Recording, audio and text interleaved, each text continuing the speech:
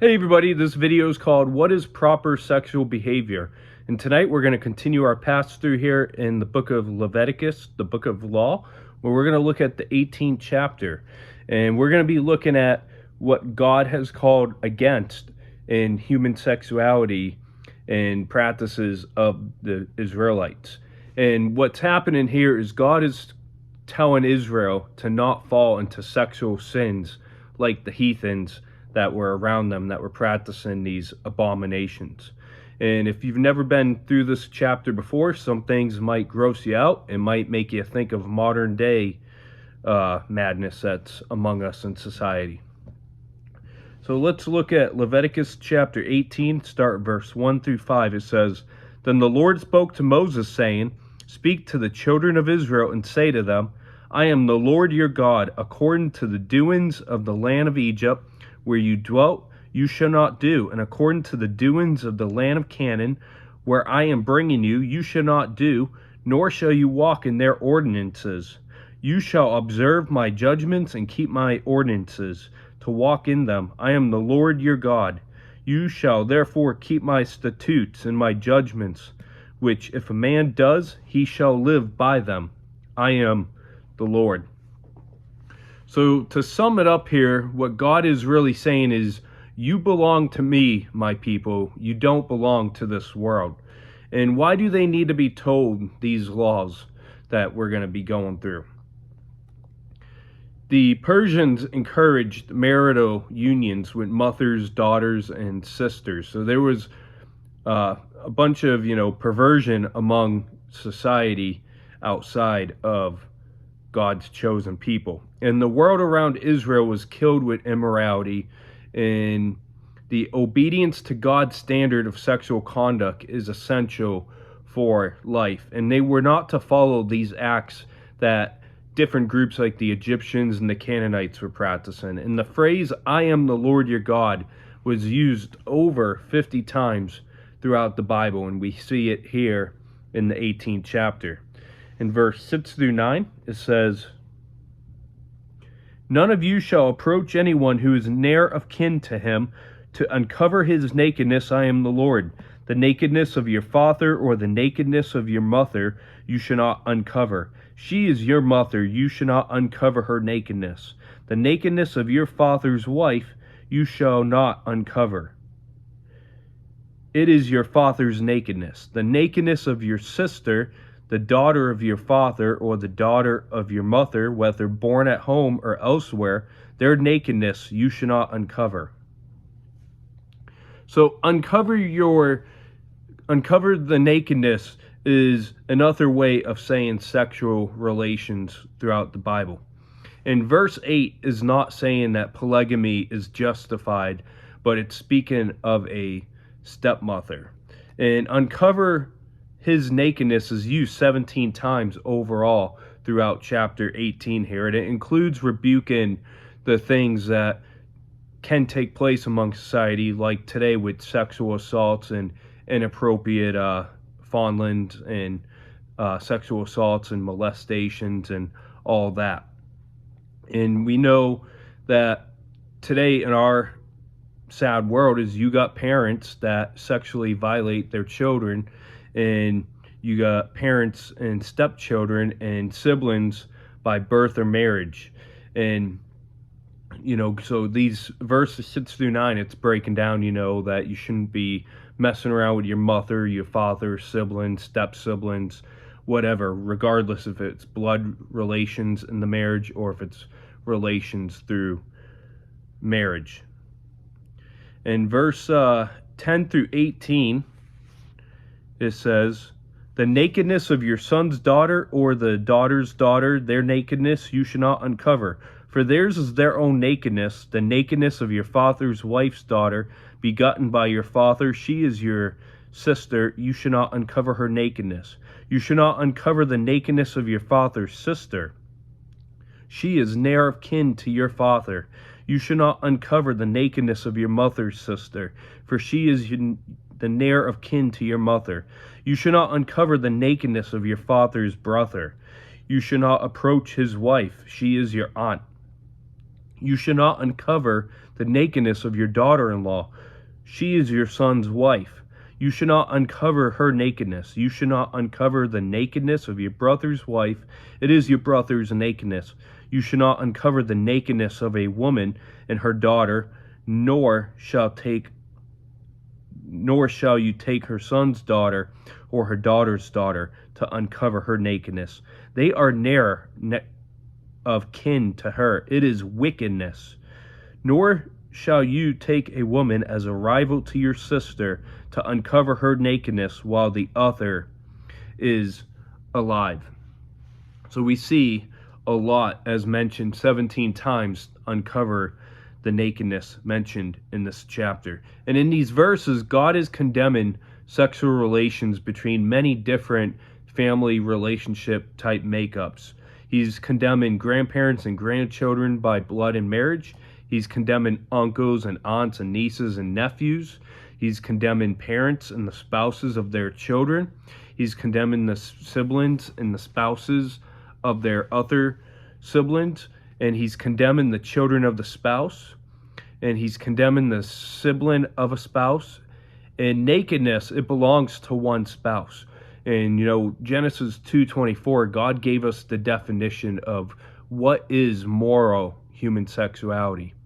And we know it's for a man to leave his parents and to be joined with a wife. So one man, one woman dynamic.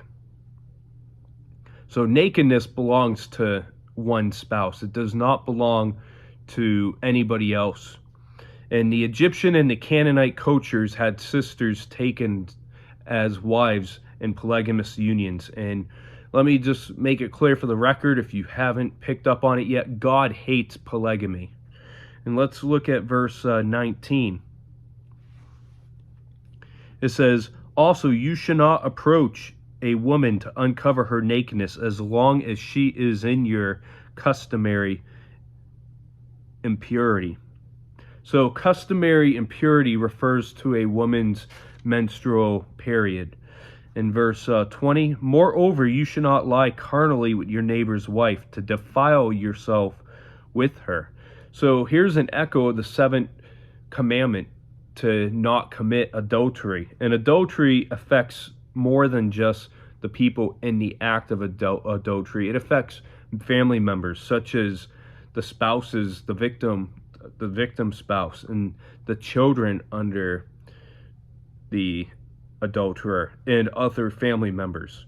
And we know that adultery can destroy families. It destroys many things. But one must know it defiles the individual committing the sin, as it does expose them as an unfaithful and uncontrolled individual. So adultery in the long run destroys family dynamics, but in the ultimate, it's going to choke the life out of the one committing adultery. In verse 21, it says, and you shall not let any of your descendants pass through the fire to Molech, nor shall you profane the name of your God. I am the Lord. So Molech is one of the false deity gods of the Ammonites, who was worshipped with child sacrifice. And Molech was worshipped by heating a metal statue until it was red hot, and then an infant was placed on the outstretched hands of the statues. And while beating drums, it drowned out the screams of the child being sacrificed and being burnt to death. So Molech worship, if you want to think of a modern day worship that people do to the enemy and their god of this world when they're not in Christ, we could think of abortion. And Molech worship was a method of infanticide to eliminate illegitimate children and eliminating the fruit of the immoral sexual conduct that God had commanded against. And it was treated like a birth control option. Yeah, see, pretty much like abortion, because abortion today, over 98% of abortions are done as a birth control option to avoid problems down the road.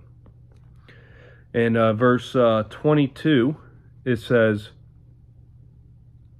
you shall not lie with a male as with a woman, it is an abomination. And boy, this verse today really goes against the modern day society here in the United States, and it outlaws all homosexual behavior. And homosexuality is an abomination to God, and it was among Israel at its times of backsliding and idolatrous perversions. And you'll see examples of men with men in 1 Kings 14 verse 24, 1 Kings 15:12, and 1 Kings chapter 22 verse 46. So homosexuality is nothing new today. Homosexuality has been around for thousands of years, and now it has not really been accepted among cultures as much as it is today. And God did not make someone to be a homosexual. And some people, they'll argue, oh, hey, God made me that way. I was born this way. But a person is a homosexual through their totally depraved, sinful nature. And part of it is their hatred toward God, because they don't want to do the things that God says in His Word. And the world says that love is love. And how is it wrong to love somebody? How is it wrong to love someone of their own sex? And the issue is not love. Love is a biblical concept. However, the issue behind homosexuality is its sexual immorality. It goes against the union that God has declared as morality between one man and one woman. So the issue behind it is the sexual conduct. And nowhere in the Bible does it condemn love between people of the same sex, but it does say that sexual conduct between these people is sin. And someone can love their children. It does not justify them to have sexual relations with their children. Most parents, I would say, they tell their child that they love them, but they're not going to do sexual things to their children. That's like pedophilia and, disgusting. And, those people deserve to have a ghost stone tied around their neck and thrown out in the sea. Verse 23, it says, Nor shall you mate with any animal to defile yourself with it, nor shall any woman stand before an animal to mate with it. It is perversion. So verse 23, this outlaws sexual perversion of bestiality, and that's sexual relations between a person and animals. And apart from the Bible, there is no standard to society when they say love is love. Outside of what God has declared, you can't really have a standard, because the standard that the world uses is whatever makes you feel good and whatever, floats your boat. Love is love. And there's no moral difference between bestiality and homosexuality and pedophilia. And the Bible calls these things perversions that is outside of what God has created for His standard. And everything is permissible in the matter of opinion and preference. And that's what the world teaches, because they don't want to go with what the Bible says is right and wrong. And they want to go with how one feels and their own interpretations. And we hold to God's standard, and we don't hold to any man's failings or man's beliefs or government. In verse 24 through 30, says, Do not defile yourselves with any of these things, for by all these the nations are defiled, which I am casting out before you.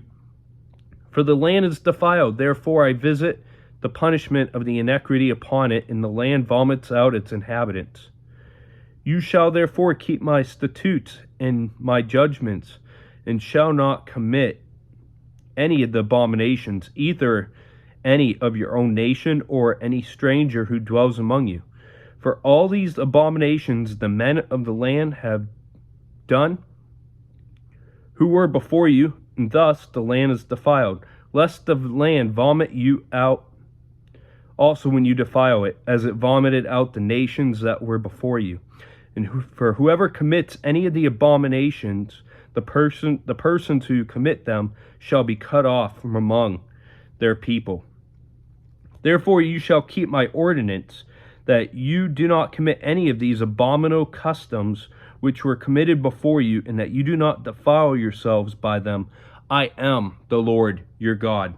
So society measures of people's acts is pleasure through sexual sin defiles and causes harm. And God brought Israel to defeat and displace the Canaanites as a judgment for their sexual perversions in their culture. And any nation that protects and promotes similar sins today should take heed to verse 30 in the Old Testament, where God wiped out the Canaanites and gave it to Israel. So any nation that promotes and protects similar sins today, whether it be pedophilia, homosexuality, bestiality, they should expect God's judgment. And God is merciful and God is long-suffering, but he's not always going to hold back his wrath before he pours it out on those types of nations. And unfortunately, in modern culture, they refuse to call almost any kind of sexual conduct as immoral or wrong. It's all about love is love, and let's accept people for whatever they want to do. I mean, you got pedophilia members that want to be recognized as, as people who are, they call themselves decent people, but yet, they believe they're doing nothing wrong. And to wrap up here, we are introduced to the commands regarding sexual conduct, and the backstory behind this passage is God is telling Israel what not to be like, as the nations around Israel, like the Canaanites and the Egyptians and the Persians, all that, they were wrapped up into these types of sins. And some self-proclaimed Christians, self-proclaimed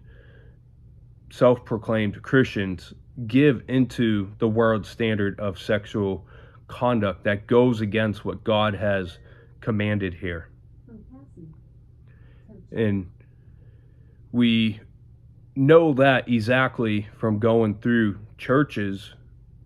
Sometimes you drive by, especially up here in New England, the Unitarian Universalists, their churches are wrapped up with accepting everybody for who they are, and love is love. They put the rainbow flag out and all that. So these self-proclaimed Christians, they give into the world standard of love is love, and let's go against what God has set forth. And sexual sin is why we have many different issues out there in the medical world, such as STDs and AIDS and so on, that affects millions of people today.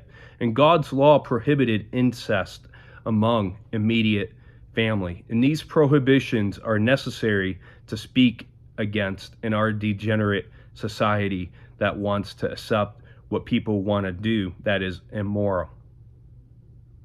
And incest relationships is immoral, and it creates genetic problems such as different genetic issues and retardation and other serious effects. And we looked at other applications of the command against incest, and we see prohibitions of violating a woman's time of customary impurity, and we see adultery condemned in Molech worship. And today, Molech worship, as I mentioned earlier in the video, that is people taking part in abortion as a form of birth control, not patrol. And most people that go for abortion, it's because they are committing acts of sexual immorality, whether it's fornication or sex outside of marriage, so on. And we see the big one today that people like to idolize and worship in June is homosexuality is condemned. And let's go over to Romans chapter 1, verse 24. It says, "Therefore God also gave them up to uncleanness in the lust of their hearts, to dishonor their bodies among themselves, who exchanged the truth of God for the lie, and worshipped and served the creature rather than the Creator, who is blessed forever. Amen. For this reason, God gave them up to vile passions, for even their women exchanged the natural use for what is against nature. Likewise, also the men, leaving the natural use of the woman, burned in their lust for one another, men with men, committing what is shameful, and receiving in themselves the penalty of their error, which was due.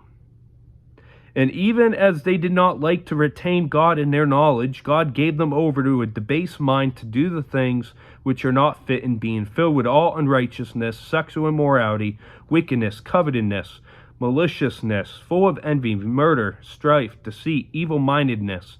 They are whisperers, backbiters, haters of God, violent, proud, boasters, inventors of evil things, disobedient to parents, undiscerning, untrustworthy, unloving, unforgiving, unmerciful, who knowing the righteousness judgment of God, that those who practice such things are deserving of death, and not only do the same, but also approve of those who practice them. In Romans chapter 1, the Apostle Paul, it's like he's preaching to us today. And God called homosexual sin as an abomination. We see in Leviticus that God condemns bestiality between animals and humans, or sexual relations with animals. And we see in Romans chapter 1 that people call sin good, and that people become tolerant there in verse 32, approving of these things of those who practice them. So we see the degenerate society that is among us today. And what we must realize is that we can't just take Leviticus chapter 18 and verse 22 and stick to, making it all about just homosexuality. God condemns everything else under the sun in that passage, as mentioned, between pedophilia and incest behavior and having sexual conduct with animals. And, any of those things that go among us in society, as much as we call out homosexuality, we should be calling out those things too. Pedophilia, I'm a big advocate against. And, as we move into Leviticus 20 next week, we're going to look at the punishments that God has called for in this. But we'll see you next, as we're going to look at the laws regarding matters that are covered already throughout Leviticus. So it's going to be a very miscellaneous type chapter on Saturday. And this is about 2/3 of the way through our book study here. And I hope you are getting something out of it. I hope you have a great rest of your night. We'll see you Saturday. Have a great rest of your week. God bless.